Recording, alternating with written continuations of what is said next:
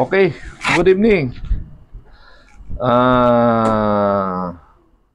Punto por punto, but Boy Scout opinion. Kay General Macanas, General's opinion. Sa akin naman ay Boy Scout, ano?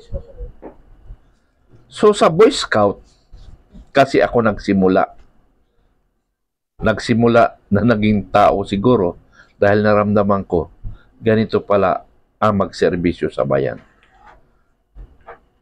Mamaya ko ibibigay ng short history doon sa aking pagka-Boy Scout. Balik muna tayo kay General Macanas. Ano? Sa mga opinion niya, hindi ko mo nagkasama kami sa isang brigade na ang aming commander rin noon, isang PMA 83 rin, si General Kita. Ano, yun ang naging boss namin noon. At ako ang kanilang operation officer at naging CMO officer. So, minsan hindi kami nagkakasundo. Parang doon rin, parang katulad din kay General Palpara nung nasa 7th Division ako. May mga bagay na paniniwala o kaya konsepto na hindi parehas kami. Pero although silang boss ko, di susunod ako pa. Siyempre, ikaw nilagay dyan, dapat gumawa ka ng sarili mo rin. Na-approvean nila. Ano? So, in overall, ang mga sinasabi ni General Macanas, 95% tama. May 5% na mali. Hindi naman tayo lahat perfect eh. But, alam niya yung batas eh. At pag sinabi niya, panindigan niya. Bagkus nga eh, noong kinasuhan siya ng PNP, lalong dumami ang kanyang supporter. At nanindigan sa kanyang posisyon. Ano? So, ganun ang kanya. So, naging kilala na siya ngayon dahil nga sa pagkaso sa Philippine National Police. Pinasikat ng Philippine National Police si General Macanas. Pero yun ay harassment ng gobyerno or it's only a psyops para huminto siya. Ano? O psywar din na tawag. Pero hindi natin alam. Pero lalong sumikat si General Macanas. Pero yung kaso, take note ha, hindi yun magtatagumpay. Yung presidente nga si President Cory nga, yung kanyang ikinaso sa isang media is libel. Hindi nagtagumpay. Bakit? Dahil isa sang presidente na dapat hindi ka matakot sa anuman labanan. Dahil kasi pag natakot ka, ibig sabihin, lahat ng Pilipino natakot na rin. Kasi walang mamumuno sa iyo o sa atin. Ano? Hindi nagtagumpay yun. So, ganito rin yun. Kasi yung kanya opinion niya eh. Sinasabi naman ninyo, fake news. Sabi ko nga, yung fake news, 5% lang yun. Kung mayroon nga. Pero pagka nagsalita ko, fake yung mga sinasabi niya ng Macanas. Mali. Ha? Sa 1,000 kanyang sinabi, isa lang ang fake. Fake na lahat. No. So, kasi naramdaman niya yan eh. Naramdaman niya. At may mga information dumarating sa kanya. Parang katulad ko rin. So, ulitin ko, hindi yan magtatagumpay. Now, kay Captain Dado, kay Clemente Enrique, ano? Ganon din yun. Opinion niya rin yun eh. Pinandigan niya rin. May mga explanation siya doon. Kaya natatakot yung Philippine National Police kasi senior nila yun eh. Senior 83 ang nakaupo yata ngayon 89 eh. Ano? Or 90 na yata. Hindi ko na nasubaybayan. It's either 89 or 90. 83 senior nila yun eh. So nag-hesitate sila. Ano? Pero si General Macanas, kinaya nila kasi hindi nila although senior rin nila. Pero ibang linya, ano? Katulad ko, iba rin akong linya ko. Pero ang akin dito, nasa neutral ako, neutral ground. Ha? Kasi ako, before the election, with my advisor, General Samonte, in vanguard of democracy, sumuporta kami kay Bongbong Marcos. According to my mga commanders on the ground, we have more or less 6 million. 6 million na tumulong sa pagkampanya at sa boto na lang ni President Marcos. Pero yung iba nga doon, nag-withdraw na. Kasi yung mga pangako, napako. Ano? Pero ako, nandiyan pa rin ako. But, nasusuka kasi ako na ang ating gobyerno, iba yung nagpapatakbo. Binoto na si Bongbong Marcos para mamuno. Yun ang ikinasasama ko. Pero iba ngayon ang administrasyon. Nakita niyo ba? Iba eh. Ito lang yata ang administrasyon na lang walang spokesperson. Ano? Walang tagapagsalita. Ano man nangyari, wala nagsasalita. After kay attorney babae, nakalimutan ko na. Ano? Hindi ko ma-recall siya. Basta attorney. Nagbablog strain against Duterte, Marcos. Ano? So, marami kaming sumuporta. Pero nandito pa rin ako on the ground. Ang kinokontra ko lang sa administrasyon, yung pagpapatakbo na hindi naman siya at saka yung kota-kota system ng ating First Lady sa mga vlogs at saka mga narinig ko before the election, nangyari na yan. So, yun. At saka kay Speaker Tambaluslos, kakampi na ng Partido Komunista. Yun ang, sa totoo lang, yung dalawa, si Colonel sabi natin Colonel Dado, pag sa Army kasi, ang tawag sa kanya, Colonel. Pero pag sa Navy, Captain.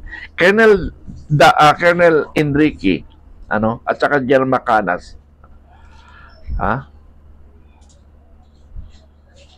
Ay, ang kanila lang kalimutan ko yung sinabi ko tuloy na iba. Na karapatan lang nila yun na sinasabi nila.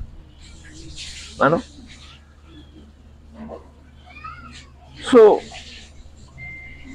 masama ba yun na magsalita ka para sa iyong bayan? Na binabantayan mo ang bayan? Ako nasa neutral ground ako. Kasi, pag ako pumasok sa makikipolitics ako, sabi nga ng isang vlogger, wala kang tatakbuhan. Mahirap daw yun. At saka may nag-comment sa akin, sir, mahirap yan. Wala kang matakbuhan.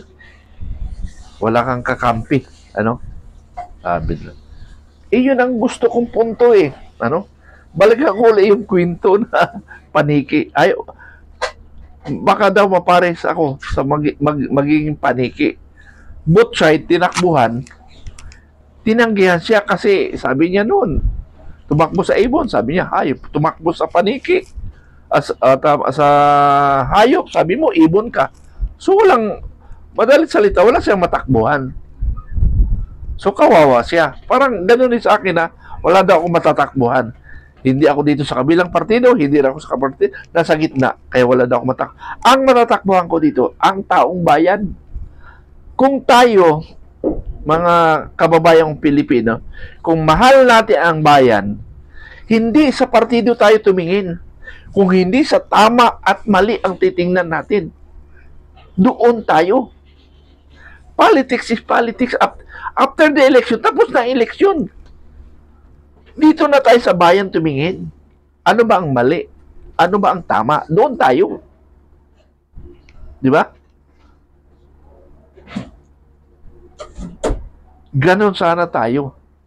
Hindi ko kahit mali ito, ipaglaban mo pa rin. Ay, nako, naloko na. Mali yun. Politika pa rin tayo.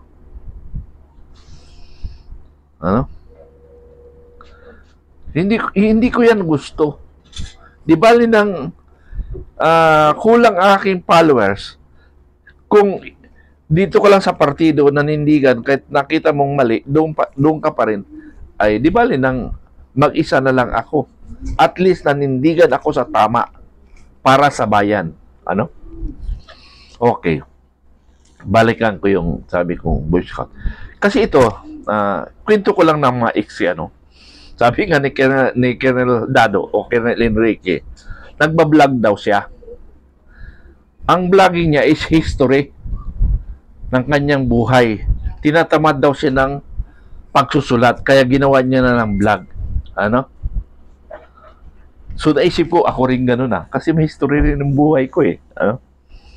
So, maiksi lang ang aking sasabihin. Isang mahirap ako sa Maguindanao, sa Upi, Maguindanao. Naghihirap kami kasi namatay kaagad aking tatay, 5 taon ako. Ano? So, ganun. Kumbaga, palaboy-laboy ako hanggang sa ligaw ako sa detachment ng Special Forces. Ano? Special Forces. At sa edad kong 13 anyos noon, kasi grade 6 pa lang ako noon eh, sumama ako sa training ng mga basic military training ng CSTF. Kung ano mga ginagawa, obstacle, rappelling, dinaanan ko lahat yan. Ngayon, first year high school na ako. July 24, nilosog ang aming detachment. Ang sabi ko doon, nung putukan na, Diyos ko po, bakit ako napasama dito? Hindi naman dapat ako nandito. Pero ano na ako eh. Hindi naman pinipili ng bala kung sinong dapat tamaan. Ano na ako? Nakasama na ako. Yung labanan pala, sa una matakot ka. Umabot kami ng 3 gabi, 3 araw. Parang laro na lang namin yung kwan eh. Yung labanan, yung putukan. Wala. Okay na sa amin. Normal lang sa amin yun. Kaya lang siyempre nakadapa kami pag-araw. Kasi pag tumayo ka, patay kaming lahat. So lahat kami nakadapa. Pag gabi, medyo tayo-tayo rin kami. Sa 3 araw, 3 gabi, isang bis lang kami nakakain. Ako pa nagsaing sa taas. Nag-strapping kami noon. Sabi ng aking isang sundalo, natatandaan ko si late Sergeant Montermoso, okay, dumapa ka. Sabi ko, dadapa ka tayo na sa taas tayo. Tatawan, punyeta ka, dumapa. Dapa na rin ako. So madalit salita, sa 3 araw, isang bis lang kami kumain. Pero sa unang umaga, dinalahan pa kami ng aming Vice Mayor, si Vice Mayor Platoon noon. So, yun lang yung aming kain. Tiis lang kami. Tubig lang kami. Tubig lang iniinom namin. So, umabot 3 araw, 3 gabi, labanan. Pero umabot 1 buwan, pero dumating ang 2 batalyon at saka Air Force. Yun ang report na after 3 days. 3 days, kami lang. So,